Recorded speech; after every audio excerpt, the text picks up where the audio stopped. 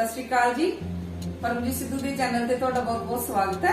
अज आपां बनावांगे मिस्सियां रोटियां जिहड़ियां कि कई बारी अपनी रात की दाल बच जाती है तां ओहदे वास्ते वो वेस्ट भी नहीं जाती गी तां वो यूज भी हो जाती है, जिहड़ी कि बच्चे खुश होकर खा लेंदे हैं। फिर आओ आपां वेखीए आपां बनाईए दाल वाली रोटी। दाल वाले परौंठे बनाउण वास्ते आपां आटा ले लिया 2-2.5 कटोरी, बाकी आपदे परिवार दे अकॉर्डिंग लाओ तुसीं।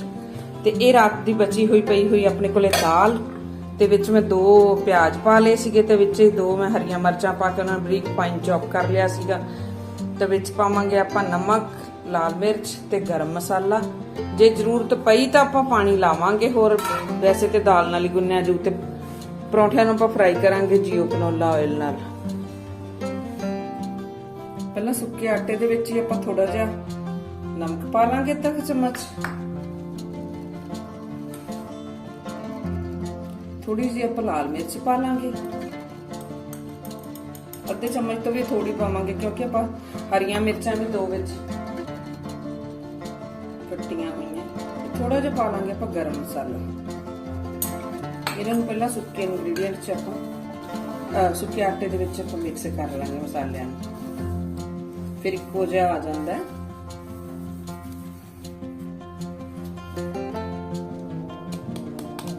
जी अपने को हरी मिर्च ते प्याज है ओनू आपां पा लांगे ते नाल ही आपां इत्थे इन्हां नूं मिक्स करके ते फिर दाल पा लांगे।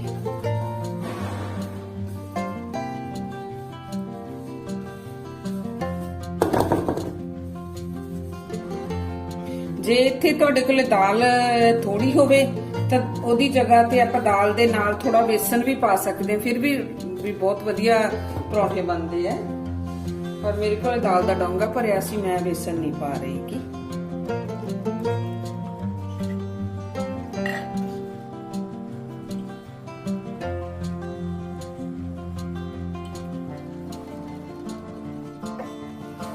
इस तरह दाल नूं सारी नूं आपां इक्को जिहा मिक्स कर लिया सारे आटे च एक सार।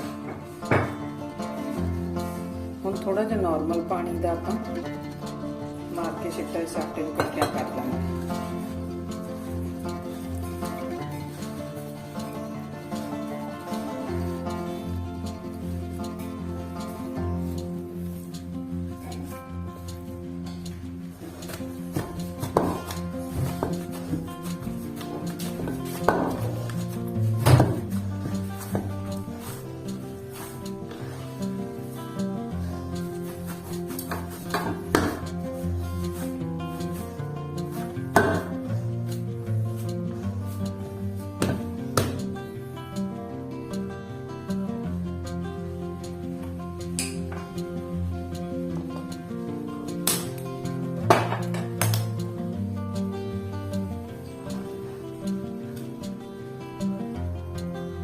हाथ में थोड़ा सूखा आटा ला के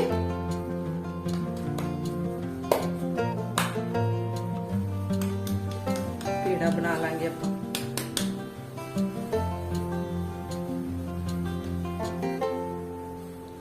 फिर दोनों साइडा तो पेड़े नूं भी सूखा आटा ला के अपन चुन लांगे।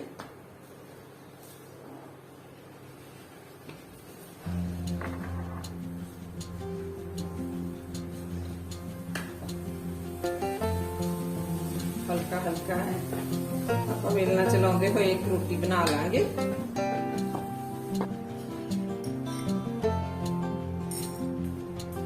विच कुकिंग ऑयल ला के, कुकिंग ऑयल ला लो भावें देसी घ्यो ला लो भावें नासपति, वो अपनी आप की मर्जी हुंदी है जो भी तुसीं वरतदे हो।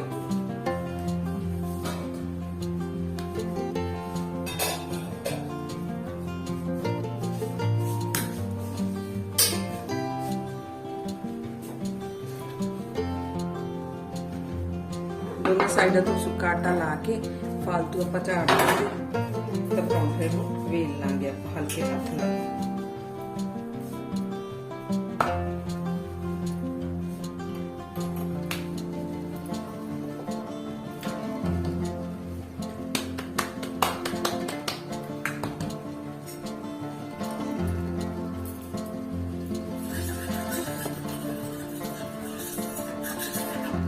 तवे ते तेल ला के आप कुकिंग ऑयल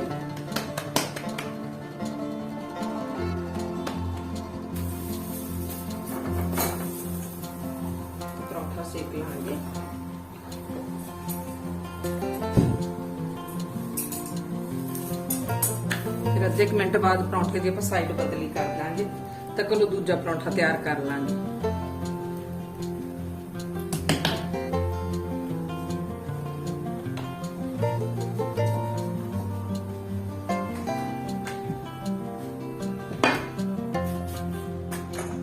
पिछों तवे वाले परौंठे भी आप वेखते रहांगे। दूजा भी रेडी कर लांगे।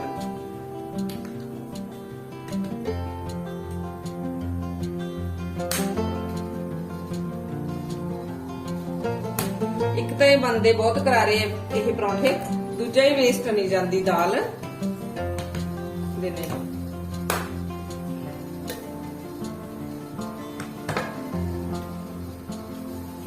हुण दोनों साइडों तो हल्की जी ब्राउन चिट्टी आ गई।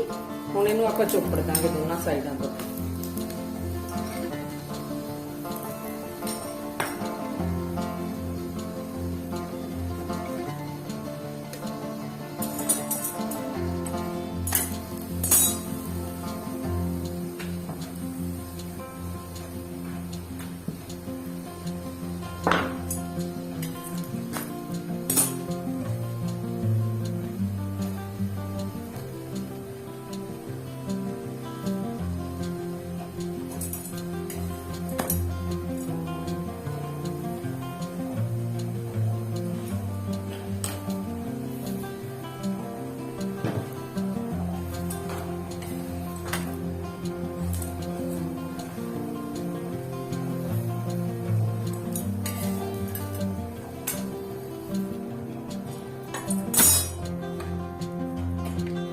परौंठे गरम गरम मखनी नाल ते घिओ नाल बहुत टेस्टी लगते हैं। इसी तरह ही आप सारे परौंठे बना लांगे।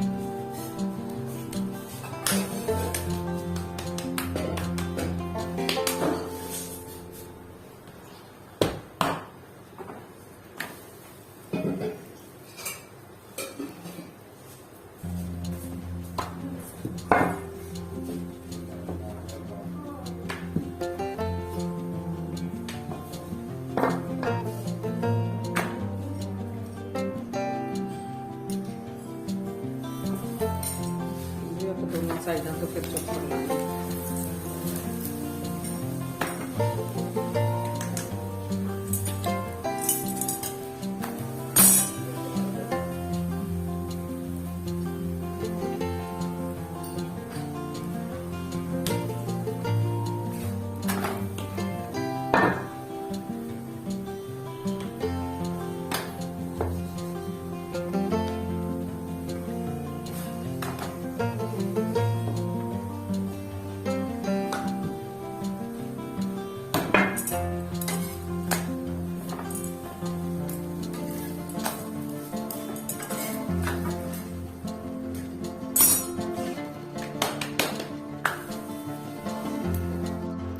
लो जी व्यूअर्स,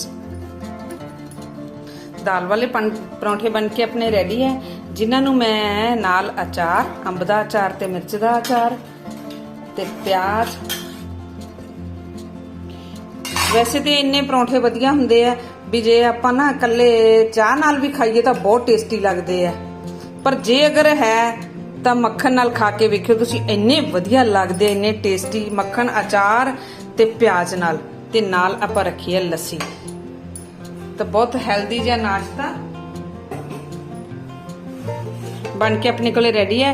व्यूअर्स, अगर मेरी अज दी वीडियो तुहानूं पसंद आउंदी है तो इनू लाइक करना, शेयर करना, सबसक्राइब करना मेरे चैनल नूं, और घंटी वाला बटन जरूर प्रेस कर देना ताकि मेरी आने वाली वीडियो की नोटिफिकेशन तुहाडे तक जल्द तो जल्द पहुंच सके। और मैनू कमेंट बॉक्स च दसना भी तुहानूं मेरी अज दी वीडियो किस तरह की लगी। जो भी व्यूअर्स मेरे चैनल ते फर्स्ट टाइम वीडियो वेख रहे हैं, प्लीज़ चैनल नूं सबसक्राइब भी कर लेना, बैल आइकन भी दबा लेना ताकि मेरी आने वाली वीडियो की नोटिफिकेशन तुहाडे तक जल्द पहुंच सके। मेरी सारी वीडियो वेखने लई तुहाडा बहुत बहुत थैंक यू।